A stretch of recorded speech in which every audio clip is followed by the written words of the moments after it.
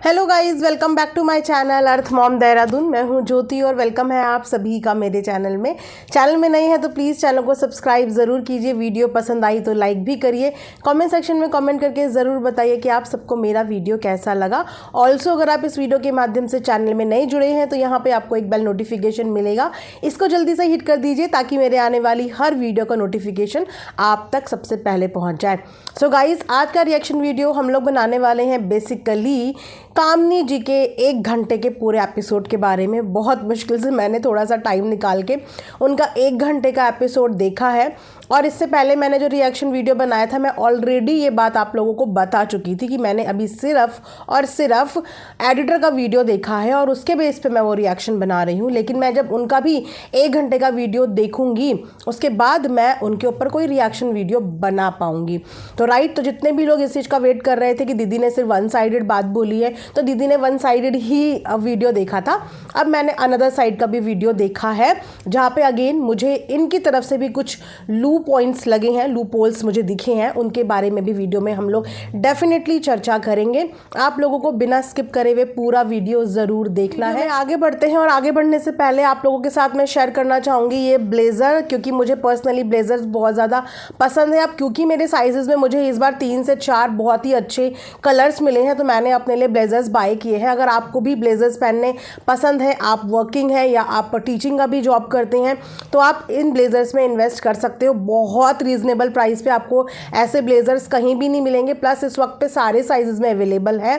तो यहाँ पे मैं फुल लेंथ फ़ोटो भी डाल रही हूँ, इसी वीडियो के कमेंट सेक्शन में लिंक मिल जाएगा। ये ब्लेज़र मैंने ग्रे कलर का पहना हुआ है। इससे पहले भी मैंने आप लोगों के साथ एक नेवी ब्लू कलर का ब्लेज़र भी शेयर किया था।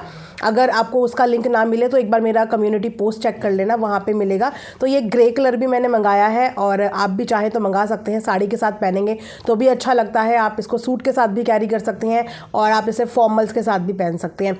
इसी के साथ जैसे कि वेडिंग सीज़न ऑन है तो वेडिंग सीज़न से रिलेटेड मैंने हल्दी हाथ के लिए भी आप सबके साथ नेकलेस शेयर किया था जो मैंने अपने लिए पर्सनली मंगाया था। पीछे आपको डिब्बे में वो रखा हुआ दिख रहा होगा येलो कलर का। तो मैंने उसी से रिलेटेड वेडिंग सीज़न को मद्देनज़र रखते हुए एक बहुत ही प्यारा मेहंदी से रिलेटेड, या अगर कोई इंसान शादी में ग्रीन कलर का कुछ कैरी कर रहा है तो उसके लिए मैंने ये बहुत खूबसूरत सेट मंगाया है। मतलब क्वालिटी ना गाइस मेरी इमेजिनेशन से बहुत अमेजिंग आई है। मतलब इतने रीज़नेबल प्राइस में इतनी प्यारी क्वालिटी, पूरा कुंदन का वर्क प्लस पर्ल का वर्क इसमें हुआ है। इसे आप मेहंदी के फंक्शन में भी पहन सकते हो और अगर आपने ग्रीन कलर का ड्रेस चूज़ किया है शादी वगैरह में पहनने के लिए तो ये नेकलेस बहुत सुंदर लगने वाला है। तो इसका लिंक भी मैं आपको दे दूँगी। इसके प्यारे से क्यूट से ईयरिंग्स भी मैं आपको दिखा देती हूँ। ये देखिए, इसके साथ इस तरीके से प्यारे प्यारे ईयरिंग्स हैं। तो अगर ग्रीन कलर जो कि बहुत बार हम बहुत जगह पे पहनते हैं तो इसे आप अपनी मेकअप वैनिटी में, अपनी ज्वेलरी किट में भी रख सकते हैं। इसका लिंक भी मैं कमेंट सेक्शन में पिन कर दूंगी, आप वहां से जाके बाय कर लेना। इसी के साथ विदाउट एनी फर्दर डिले हम लोग वीडियो में बढ़ते हैं आगे। सबसे पहला तो वो 1 घंटे का एपिसोड देखने के बाद मेरे दिमाग में बस एक ही सवाल आ रहा था कि क्यों, वाई, इन सब चीज़ों की ज़रूरत आखिर क्यों पड़ी। ये एक इतना छोटा सा मुद्दा था जो कि बहुत इजीली ऑफ कैमरा सॉर्ट हो सकता था। मेरा सबसे पहला सवाल तो यही है कि जब आप लोगों ने सैलरी 2 महीने पहले नहीं काटी, उस 15 दिन की छुट्टियों को जब आपने 2 महीने पहले नहीं काटा तो 2 महीने के बाद जब एक इंसान आपको ये आभास हो रहा है कि आपके साथ काम कंटिन्यू नहीं करना चाहता तो सबसे अच्छा होता है कि अपनी भी डिग्निटी मेंटेन करो और उसका हिसाब करके उसको भेज दो। क्योंकि हम सोशल मीडिया पे काम करते हैं, रेपुटेशन और इज्जत हमारी ख़राब होगी। इन सब चीज़ों से बेसिकली हासिल क्या हुआ? कुछ भी हासिल नहीं हुआ। आई थिंक इससे ज़्यादा तो हम साल भर में डोनेट कर देते हैं, लोगों की मदद कर देते हैं जितना अमाउंट उसका बन रहा था। तो यहाँ पे मैं सबसे पहले यही बोलना चाहूँगी कि यहाँ पे आप लोगों ने भी थोड़ा सा, कहते हैं ना, ईगो लाया अपने अंदर कि उसने आप लोगों के साथ कहीं ना कहीं काम करने का मन बना लिया था और इस बात का आभास आप लोगों को हो गया था। तो आप लोगों ने उसका हिसाब वहीं पे चुकता करके इस मैटर को वहीं पे क्लोज़ कर देना था। 2 महीने पहली छुट्टियां जो आपको उसी वक्त पे काटनी थी, उसको आपने 2 महीने के बाद जो उसको कैलकुलेशन समझाई, कहीं ना कहीं वो कैलकुलेशन उसको भी समझ में नहीं आई और कहीं ना कहीं वो कैलकुलेशन बहुत सारी ऑडियंस भी नहीं समझ पा रही है। क्योंकि ऐसा ही होता है ना, अगर आपने अपनी भी जॉब का यहाँ पे हवाला दिया है या हम अपना भी एक्सपीरियंस शेयर करते हैं, तो हमारी जॉब के जो भी पैसे कटने होते हैं हमारी छुट्टियों के, वो हमारे उसी मंथ में कट जाते हैं जिस मंथ में हमने छुट्टी करी हुई होती हैं। उसके लिए हम 2 महीने बाद, 3 महीने बाद ना तो कंपनी क्लेम कर सकती है, क्योंकि 30 तारीख मतलब कि क्लोजिंग डेट, वो महीना वहाँ पे ख़त्म हो चुका है, उस महीने का हिसाब किताब फुल एंड फाइनल हो चुका है। तो मुझे लगता है कि ये आपकी एक सबसे बड़ी गलती हो गई कि आपने उसका हिसाब किताब ऑफ कैमरा ही पूरा कर देना था। हिसाब किताब ऑफ कैमरा पूरा हो जाता तो ना उसको ये वीडियोस बनाने की ज़रूरत पड़ती, ना आपको भी इस लेवल तक जाके पूरा 1-1 घंटे का वीडियो बनाने की ज़रूरत पड़ती। बहुत इजीली ये सॉर्ट हो जाता। ऐसा अक्सर कई बार हम लोगों के साथ भी पर्सनल एक्सपीरियंस होते होंगे। आई एम श्योर जितनी भी ऑडियंस यहाँ पे देख रही होंगी कि हमारे हाउस हेल्प भी महीने के पैसे लेने के बाद अगले दिन से आना बंद कर देते हैं और हम इसी शौक में रह जाते हैं कि बताओ यार दुनिया कितनी चालाक है कि पहले सैलरी ले ली और उसके बाद अगले दिन कहते हैं कि दीदी हम अब काम नहीं करेंगे। ऐसा आप में से बहुत लोगों ने एक्सपीरियंस किया होगा, या बहुत लोग ऐसा होता है कि महीना एंड का वेट करते हैं और अपनी सैलरी लेके चले जाते हैं। तो हम लोग उस समय पे क्या क्या करते हैं कि ठीक है भाई, सामने वाला नहीं करना चाह रहा, किसी और की इज्जत हो या ना हो पर अपनी तो है। आज अगर हम इसका हिसाब किताब पूरा नहीं करेंगे, ये 4 जगह क्या पता कौन सी कहानी सुनाएगी और हम किस किस को एक्सप्लेन करते रहेंगे। खासकर जब हम सोशल मीडिया का चेहरा होता है ना, तो हमें इन सब चीज़ों से बच के रहना चाहिए। ये अपनी इज्जत के लिए भी सही होता है, ताकि कल को लोग इस तरीके के एलिगेशन ना लगाएं। अब आपकी इस 1 घंटे की वीडियो में 50% लोग अगर आपको समझे हैं, तो वहाँ पे बहुत सारे लोग ऐसे भी हैं जो आपके ऊपर इस बात का एलिगेशन भी लगा रहे हैं कि बताओ गरीब के पैसे नहीं दे पाई, गरीब के पैसे इन लोगों ने खा लिए। बहुत सारे ऐसे लोग भी हैं। तो ये सब बोलने का मौका नहीं मिलता अगर आप उसका हिसाब किताब चुकता कर देते, या फिर उसके ये सैलरी के पैसे उसे उसी समय काट लेते जिस समय पे उसने 15 दिन की छुट्टी ली थी। राइट, ऐसा मुझे पूरा का पूरा कंक्लूजन जो मुझे समझ में आया। उसके बाद यहाँ पे बात करते हैं सबसे पहले तो बच्चे से रिलेटेड। देखो, एक बच्चे को मैं कभी भी जज नहीं करूँगी, कभी भी नहीं, क्योंकि हर बच्चा अलग होता है, हर बच्चे का बिहेवियर अलग होता है। लेकिन यहाँ पे मैं पेरेंट्स से ज़रूर बात करना चाहूँगी और पेरेंट्स को ज़रूर बोलना चाहूँगी, क्योंकि ये सारी चीज़ें हमारी पेरेंटिंग के अंदर आती हैं कि हम बच्चे को किस तरीके की पेरेंटिंग दे रहे हैं। एक टाइम वो था जहाँ पे बच्चों को गैजेट्स की ज़रूरत नहीं पड़ती थी, बच्चे बाहर जाके खेलते थे, उनकी फ़िज़िकल एक्टिविटी होती थी और ये उनकी फ़िज़िकल हेल्थ के लिए भी अच्छा होता था।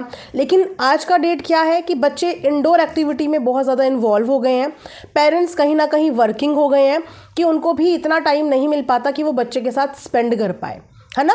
और उस समय पे एक मात्र जो सबसे इजी सोल्यूशन होता है वो होता है गैजेट्स, यानी कि बच्चों को फ़ोन पकड़ा दो या उनको फ़ोन में इन्वॉल्व कर दो। और मैं आपको बताऊं कि जितने भी बच्चे इस उम्र के जितने भी बच्चे गेम्स वगैरह में इन्वॉल्व होते हैं, उनका धीरे धीरे नेचर में चेंजेस आपने आई डोंट नो फील किया या नहीं किया, लेकिन मैं आपको पर्सनल एक्सपीरियंस से बता रही हूँ कि बच्चों के नेचर में ये चेंजेस आने लगते हैं। मैंने ऐसे बहुत सारे बच्चे देखे हैं जो बिना स्क्रीन टाइम के खाना नहीं खाते। इनफैक्ट कहीं रेस्टोरेंट या होटल में भी जा रहे हैं तो उनको कोई मतलब नहीं है कि हम किसी हैपनिंग जगह पे आए हैं, उन्हें वहाँ पे भी खाते हुए स्क्रीन टाइम चाहिए। ये एक धीरे धीरे ना बच्चों का एडिक्शन बनता जा रहा है, जो कि सिर्फ मैं इन्हीं के बच्चे की बात नहीं कर रही हूँ, ये मैंने आजकल बहुत बच्चों में नोटिस किया है। तो बच्चों का बिहेवियर जो चेंज आजकल हो रहा है, जो कुछ कुछ बच्चे धीरे धीरे एग्रेसिव हो रहे हैं, क्योंकि वो उसी कैरेक्टर में घुसे होते हैं जो कैरेक्टर वो देख रहे होते हैं। ये जो गेम्स है ना, ये गेम्स बच्चों के लिए बिल्कुल भी नहीं होते। तो आप ये सोच के कि बच्चा थोड़ी देर के लिए शांत बैठा है या बच्चा एंजॉय कर रहा है, इन गेम्स में आप बच्चों को बिल्कुल भी इन्वॉल्व ना करें, बिल्कुल भी, मतलब बिल्कुल भी। अगर बच्चों को स्क्रीन टाइम देनी भी है तो आधे घंटे से ज़्यादा आप उनको मत दें, और वो स्क्रीन टाइम भी उनको कुछ प्रोडक्टिव चीज़ें दिखाएं जो कि उनके लिए सही हो। लेकिन गेम्स बच्चों की मेंटल हेल्थ पे, उनकी एक्टिविटीज़ पे बहुत नेगेटिव इम्पैक्ट डालता है, क्योंकि बच्चे उसी कैरेक्टर में चल रहे होते हैं। जैसे आपने जिस गेम का नाम लिया, उस गेम में एक टारगेट होता है, आपस में फाइट होती है और एक दूसरे को हराना होता है। तो बच्चों के माइंड में वही चीज़ें चल रही होती हैं कि ओ ये मेरा एनिमी है और मुझे ये वेपन्स कलेक्ट करने हैं और इसको हराना है। है ना, एक एग्रेसिव, एक फाइटर मोड उनका ऑन रहता है और उनका दिमाग बहुत छोटा होता है। वो कहीं ना कहीं उसी जोन में बहुत बहुत बहुत देर तक रहते हैं, है ना। और जब वो देखते हैं कि हमसे आगे कोई बड़ा है जो फिजिकली उनसे ज़्यादा स्ट्रांग है और वो फाइट बैक नहीं कर पाते, तो आपने देखा होगा ये जो थूकने वाला इस एडिटर ने बताया है, ये थूकने वाला भी आदतें बहुत बच्चों के अंदर मैंने देखी है, बहुत बच्चों के अंदर। और वो खासकर तब ये चीज़ें करते हैं जब वो इरिटेट हो रहे होते हैं और जब वो सामने वाले से फाइट बैक नहीं कर पाते।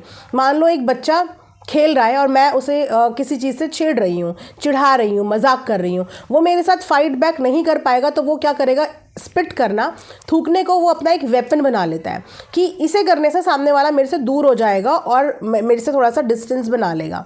ये थूकना बच्चे अपने वेपन की तरह यूज़ करते हैं। ये भी मैंने बहुत बच्चों में ये चीज़ें देखी हैं, बहुत ही कॉमन ये हरकतें हैं। और वहाँ पे भी बच्चे ऐसे नहीं कि नॉर्मल कोई हंस रहा है बोल रहा है तो बच्चे थूक देंगे, नहीं, वो हमेशा डिफेंसिव मोड में जब आते हैं तब वो ये थूकने वाली एक्टिविटी करते हैं, लेकिन बहुत सारे बच्चे करते हैं। अगेन ये हर चीज़ पेरेंटिंग के अंडर आती है। बच्चे की हर आदत आप बदल सकते हैं, धीरे धीरे बदल सकते हैं और उसे बदलने का एकमात्र उपाय होता है कि आप उनका माइंड डाइवर्ट कर दें, आप उनको अलग एक्टिविटीज़ में इंगेज कर दें। जैसे कि आप उनको फिज़िकल एक्टिविटी में इनरोल कर सकते हो ना, आप लोगों के पास टाइम नहीं होता, आसपास कहीं पे आप देख रहे हो कोई स्पोर्ट्स एकेडमी है या बच्चे के अंदर सिंगिंग का टैलेंट है या इंग्लिश स्पीकिंग की कोई क्लास है, ताकि वो थोड़ा सा इंगेज रहें और उनका स्क्रीन टाइम कम हो जाए। धीरे धीरे करके जब आप ये कम करेंगे तो आप बच्चे के अंदर चेंजेस खुद फील करेंगे, खुद से आप फील करेंगे कि बच्चे के अंदर बहुत सारे चेंजेस आ रहे हैं। और ये जो एक्टिविटी उस लड़के ने बताई है, ये एक्टिविटी मैं ये भी मानती हूँ कि उसने बहुत सारी चीज़ें झूठ नहीं बोली होंगी, है ना। ये कुछ चीज़ें होंगी, हो सकती हैं ये कुछ चीज़ें जो शायद अब बीइंग अ पेरेंट कोई भी अपने बच्चे के बारे में एडमिट नहीं करता, एक्सेप्ट नहीं करता। लेकिन आप इस चीज़ से बिल्कुल भी, कहते हैं ना, शर्मिंदगी भी महसूस मत कीजिए, क्योंकि ऐसी चीज़ें बहुत सारे बच्चों के अंदर पाई गई है। कोविड के बाद से बच्चों ने स्क्रीन टाइम पे इतना ज़्यादा अपना टाइम देना शुरू कर दिया। ऑनलाइन क्लासेस की वजह से बच्चे स्क्रीन के साथ इतने ज़्यादा अटैच हो गए कि स्क्रीन में ही वो लोग खो गए और इन्हीं एक्टिविटीज़ की वजह से उनके बेसिक नेचर में ये चेंजेस आने लगे। तो आप डेफिनेटली इस पे काम करना, क्योंकि इससे पहले भी, आज तो चलो एडिटर ने ये सब चीज़ें बोली हैं, कितनी सच बोली हैं कितनी झूठ बोली हैं ये आप लोग बेटर जानते होंगे, लेकिन ये एक्टिविटी कुछ थोड़ी सी आपके बेटे की एग्रेसिव एक्टिविटी कई बार सब्सक्राइबर ने भी नोटिस की है और आपको कई बार इससे रिलेटेड कमेंट भी इससे रिलेटेड करे हैं। तो या तो उसको अपने व्लॉग में दिखाना आप कम करिए ताकि उसके ऊपर कोई भी टीका टिप्पणी नहीं करे और इन एक्टिविटीज़ पर ध्यान दीजिए। कभी कभी चीज़ों को हमें पॉजिटिवली भी लेना पड़ता है। अगर आपको दिख रहा है कि इन चीज़ों को पब्लिक नोटिस कर रही है, लोग नोटिस कर रहे हैं, तो इसका मतलब कि कहीं कुछ ना कुछ चीज़ें गलत जा रही हैं, इसीलिए ये सब चीज़ें नोटिस हो रही हैं, राइट। तो थोड़ा सा इन चीज़ों पे आप ध्यान दो। ये तो आपके अच्छे के लिए है कि किसी ने आपको आपकी कोई गलतियाँ बताई हैं या आपके बच्चे की कोई गलतियाँ बताई हैं, तो ये आपके पास एक अपॉर्चुनिटी है, इसको एक अपॉर्चुनिटी की तरह आप लीजिए और इन चीज़ों को धीरे धीरे आप जो है वो ठीक करने की कोशिश कीजिए। बच्चा है, उसके ऊपर प्रेशर डाल के आप कुछ भी नहीं कर पाएंगे कि आप ये सोचें कि मैं एक हफ्ते में या एक महीने में उसकी सारी हैबिट्स चेंज कर दूं, नहीं। बहुत प्यार से, बहुत धीरे धीरे ही बच्चों के साथ ये सब चीज़ें की जाती हैं, प्रेशर के साथ नहीं, बहुत ज़्यादा प्यार के साथ, ताकि वो धीरे धीरे अपनी पुरानी हैबिट्स को भूल जाएं। तो गेम्स बिल्कुल मत दीजिए, जब तक बच्चा समझदार ना हो जाए तब तक उसको गेम्स बिल्कुल मत दीजिए, क्योंकि वो उन्हीं कैरेक्टर के अंदर घुसा हुआ होता है और उसके दिमाग में वही गेम्स के कैरेक्टर चल रहे होते हैं। आई होप कि मेरी ये बातें आप समझने के लिए समझ रहे हो। एक पॉजिटिव नोट पे मैं आपको ये चीज़ें बता रही हूँ, क्योंकि जब बच्चे की बात आती है ना तो एक पेरेंट को सुनने में अच्छा नहीं लगता, और जब बात एक छोटे बच्चे की आती है तो भी सुनने में अच्छा नहीं लगता। हमारे घरों में भी छोटे बच्चे हैं और जब छोटे बच्चों को इस तरीके से कोई हाईलाइट करता है सोशल मीडिया पे, तो बीइंग अ पेरेंट कैसा फील होता है वो मैं समझ सकती हूँ। लेकिन अगर उन चीज़ों में थोड़ी सी भी सच्चाई है तो यहाँ पे आपको भी रेक्टिफिकेशन की ज़रूरत है। अब यहाँ पे आते हैं इन्हीं की तीसरे पॉइंट पे, जो मुझे लगता है अगेन एक बहुत मेजर और एक हाईलाइटेड पॉइंट है, जहाँ पे इन्होंने बताया कि एक एडिटर उनके बेटे को इंस्टाग्राम पे कुछ ऐसी वीडियोस दिखा रहा था जो वीडियोस नहीं दिखानी चाहिए, और कुछ ऐसे इशारे सिखाने की कोशिश कर रहा था जो एक बच्चे को नहीं सिखानी चाहिए। आपको कितने दिन पहले ये चीज़ पता चली? आपको कितने दिन पहले ये चीज़ पता चली? 10 दिन पहले, 15 दिन पहले, महीना भर पहले? तो अगर आपको सामने वाले की इंटेंशंस समझ में आ रही थी कि वो एक गलत गाइडेंस आपके बच्चे को देने की कोशिश कर रहा है, तो आपको उसी समय पे एक डिस्टेंस मेंटेन कर लेना चाहिए था। आप अपने एडिटर की तारीफ करते हुए नहीं रुकती थी, और आज ये सब उसी का नतीजा है कि आपकी बोली हुई बहुत सारी बातों पे लोग क्वेश्चन कर रहे हैं, क्योंकि आप ही के मुंह से उसकी तारीफ सुनी थी, और आज आप ही के मुंह से ये सब चीज़ें सुनने को मिल रहा है कि वो ऐसा करता था, वो वैसा करता था, वो ऐसा करता था। अगर आपने उसकी ये हरकतें स्पॉट कर ली थी तो आपकी तो फॉरमोस्ट प्रायोरिटी होनी चाहिए थी उसको उसी दिन वहाँ से बाहर करना, क्योंकि ऐसी एक्टिविटीज़ को कभी भी एंटरटेन नहीं करना चाहिए, क्योंकि इंसान के अंदर क्या चल रहा है, किसका कौन सा स्वभाव है, किसका कौन सा माइंड है, ये नहीं पता चलता। और बच्चे से बढ़कर कुछ नहीं होता, कुछ भी नहीं होता लाइफ में। अगर आपने एक ऐसे इंसान को अपने घर पे रखा हुआ है जो आपके बच्चे को एक गलत गाइडेंस देने की कोशिश कर रहा है, तो वो कल को बहुत कुछ और भी कर सकता है। तो आपने उस समय पे शायद अपनी एडिटिंग को, अपनी व्लॉगिंग को ज़्यादा प्रायोरिटी दी और इस चीज़ को इग्नोर करके एक सेकंड चांस देने में बिलीव करी। लेकिन ये चीज़ें सेकंड चांस की नहीं होती। जो इंसान इन आदतों का शिकार होता है वो बार बार ये एक्टिविटी करता है, बार बार। तो पहले ही दिन आपने इस चीज़ के लिए स्ट्रॉन्ग एक्शन लेना था। आपने स्ट्रॉन्ग एक्शन लिया या नहीं लिया ये आपको पता होगा, लेकिन उसके बाद भी आप उस लड़के की तारीफ़ करके उसकी हिम्मत बढ़ा रहे थे, उसकी चीज़ों को अप्रिशिएट करके उसकी हिम्मत बढ़ा रहे थे, स्क्रीन पे उसकी तारीफ़ कर रहे थे। और अपने बेटे को इतने अनकंफर्टेबल जोन में आपने कैसे रखा था जहाँ पे आपके बेटे को एक गलत गाइडेंस मिल रही थी। इसका साफ साफ मतलब पता है क्या जाता है कि आपने अपनी व्लॉगिंग को, एडिटिंग को ज़्यादा प्रायोरिटी दी। काम करने वालों की कमी नहीं है आज की डेट में, ना तो काम की कोई कमी है ना ही काम करने वालों की कोई कमी है, लेकिन सबसे ज़्यादा ज़रूरी है अपनी खुद की सिक्योरिटी। माहौल आज की डेट में इतना ख़राब हो चुका है कि आप किसी पर ट्रस्ट नहीं कर सकते, अपने खुद के फैमिली मेम्बर पर ट्रस्ट नहीं कर सकते। आप लोग सोशल मीडिया का हिस्सा हो, आप लोग हर चीज़ से अवेयर हो कि आजकल क्या चल रहा है। अपने सगे लोगों के पास लोग अपने बच्चों को नहीं छोड़ पाते, है ना, कुछ छुपा हुआ नहीं है, क्योंकि हम सोशल मीडिया पे हैं तो हमें तो और ज़्यादा इन चीज़ों के बारे में पता होना चाहिए। तो आपने एक ऐसे इंसान को अपने बेटे के साथ इतना खेलना और इतना चीज़ें अलाउ करी कि वो उसको उल्टी सीधी चीज़ें दिखाने लगा, और आपके नोटिस में भी ये आ गया और आपने तब भी उसको वहाँ से भगाया नहीं। और जब वो अपनी मर्ज़ी से वहाँ पे चला भी गया तो आपको प्लीज़ तो बिल्कुल नहीं करना चाहिए था। जब आपको समझ में आ गया था कि ये आने के मूड में नहीं है तो आपने रफ़ा दफ़ा करके उसका हिसाब किताब पूरा करके कर देना था कि हाँ ठीक है, क्योंकि आप भी कहीं ना कहीं आज जो उसकी शिकायतें लेके आ रहे हो उससे यही शो हो रहा है कि आप भी उससे परेशान हो रहे थे, और उसकी वीडियो देख के उसका भी समझ में आ रहा है कि वो भी आपसे परेशान हो रहा था।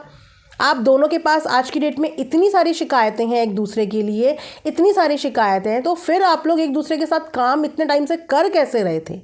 इसका मतलब दोनों ही एक दूसरे का काम के लिए यूज़ कर रहे थे। आपका काम हो रहा था, उसको पैसे की ज़रूरत थी, उसने ज़रूरत के लिए यहाँ पे काम किया, और आपको भी उससे ज़रूरत थी, तो दोनों ने एक दूसरे का जो है इतने पूरे महीनों में जो है यूज़ किया है। लेकिन आप लोगों के बीच का रिलेशनशिप वो था ही नहीं जो आप लोगों ने सोशल मीडिया पे दिखाया, क्योंकि ऐसे रिलेशनशिप जो अच्छे होते हैं ना उनके पास शिकायत करने के लिए कुछ होता ही नहीं। लेकिन आप लोगों के पास 1 घंटे तक शिकायत करने के लिए सारी चीज़ों के जवाब हैं, और उसके पास भी वीडियो बना के आपकी शिकायत करने के लिए कितनी सारी चीज़ें हैं। तो इतने ज़्यादा भरे हुए थे आप लोग एक दूसरे के लिए, तो ये हेल्दी था ही नहीं, ये एक टॉक्सिक रिलेशनशिप था, एक टॉक्सिक। और बहुत अच्छा हुआ कि समय रहते हुए आप लोग एक दूसरे से अलग हो गए, क्योंकि टॉक्सिसिटी को ज़्यादा देर तक नहीं रखना चाहिए। ये अपने लिए भी ख़राब होता है और अपनों के लिए भी हानिकारक होता है। वो लड़का वहाँ पे कह रहा है कि ठीक है मुझे पैसों की ज़रूरत नहीं है, आप रख लो पैसे। जब पैसों की ज़रूरत ही नहीं है तो फिर सोशल मीडिया पे तमाशा क्यों बनाया? उससे भी तो ये सवाल बनता है कि अगर अब तुमको पैसों की ज़रूरत ही नहीं है तो फिर तुमने सोशल मीडिया पे इस बात का तमाशा क्यों बनाया? क्योंकि तुम्हें पैसों की ज़रूरत नहीं है, लेकिन तुम्हें कंट्रोवर्सी की ज़रूरत है। तुम्हें सामने वाले को नीचा गिराना था, और इस चीज़ में तुम्हें अच्छा फील हो रहा था कि चलो मैं ऐसी चीज़ें नहीं कर पाया तो मैं बदनाम करके चीज़ें कर लेता हूँ। है ना। आप में से जितने लोग कह रहे हैं कि गरीब के पैसे मार लिए, उसको ज़रूरत थी, तो गाइस अगर उसको ज़रूरत थी तो वो इतनी बड़ी बात नहीं बोलता कि आप पैसे रख लो, मुझे नहीं चाहिए, लेकिन वीडियो मैं बनाऊंगा। वो वीडियो बनाने आया लेकिन पैसे आप रख लो। ये किस टाइप का गरीब है? ये किस टाइप का गरीब है जिसको खाने के लिए बिल्कुल फ्रेश खाना चाहिए, जिसको अपने मन मुताबिक चाय चाहिए, जिसको सोने के लिए प्रॉपर बेड चाहिए, जिसको बाथरूम साफ़ नहीं करना, जिसको राजा की ज़िंदगी जीनी है, जिसको टेबल पे पैर रख के बैठना है? ये किस टाइप का गरीब है?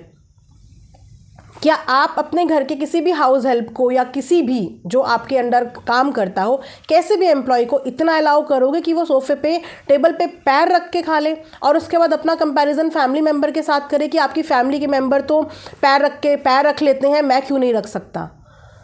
क्या किसी भी एम्प्लॉय की इतनी हिम्मत अपने बॉस के साथ बात करने की होती है? अगर आप में से बहुत सारे लोग कॉरपोरेट सेक्टर में काम करते होंगे, आपका बॉस जो चीज़ करता होगा लेकिन आप फिर भी उनके आगे सर झुका के रहते हो, क्या कभी आप अपने बॉस से क्रॉस क्वेश्चन करते हो कि सर आप भी पैर फोल्ड करके बैठे हुए हो, या आप तो काम ही नहीं कर रहे हो लेकिन हमारे से काम करवा रहे हो? वो बॉस है, वो बॉस है, वो यहाँ तक अपनी मेहनत से पहुँचा है, तो आप उनके अंडर में काम कर रहे हो, आप उससे कैसे क्वेश्चन करोगे? तो यहाँ पे ये कैसा क्वेश्चन था? और आप लोग भूलिए मत, सबसे इम्पॉर्टेंट बात, जो लोग ये सोच रहे हैं कि सिर्फ यहाँ पे कामनी ही बुरी बनी है, तो आप लोग ये मत भूलिए कि उस लड़के ने कामनी के साथ साथ उनकी सास, उनके ससुर के व्यवहार को भी यहाँ पे ड्रैग किया है। देखा जाए तो कंप्लीट फैमिली को यहाँ पे ड्रैग किया है कि उनके ससुर ने इनके साथ बदतमीज़ी करी है। वो भी क्यों? क्योंकि उन्होंने पैर टेबल पे रखे हुए देख लिया था और उस चीज़ के लिए इन्हें टोक लिया था। उनके फादर इन लॉ को भी बदनाम किया है, यहाँ तक कि उनकी सास को भी बदनाम किया है, पूरे के पूरे परिवार को बदनाम किया है। जब एक इंसान घर का हिस्सा बनता है, घर पे काम करने आता है, तो वो प्राइवेसी ब्रीच नहीं करता वहाँ जाके।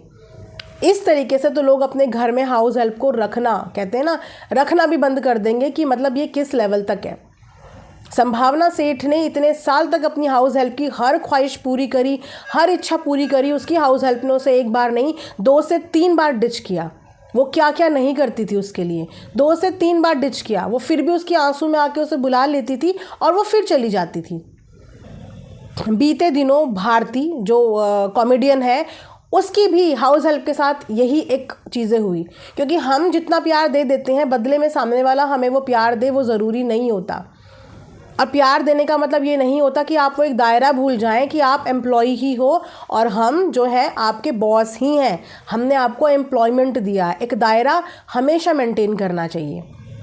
और ये लर्निंग है इनके लिए भी और ये लर्निंग है उसके लिए भी। और हाँ, एक और चीज़ में मुझे यहाँ पे कामनी जी की गलती लगी कि आपने उसको एडिटिंग के काम के लिए रखा था, लेकिन आपकी वीडियो में कई बार सब्सक्राइबर ने ये बात नोटिस करी है कि आप उससे अपने छोटे छोटे पर्सनल चीज़ें करवा देते थे, जैसे कि पानी ले आ मेरे लिए, ठंडा है थोड़ा गर्म ले आ। नहीं, ये चीज़ आपको भी समझनी बहुत ज़रूरी है कि जिस इंसान को आपने जिस चीज़ के लिए रखा है, आप उससे उसके अलावा एक्स्ट्रा काम नहीं करवाएं।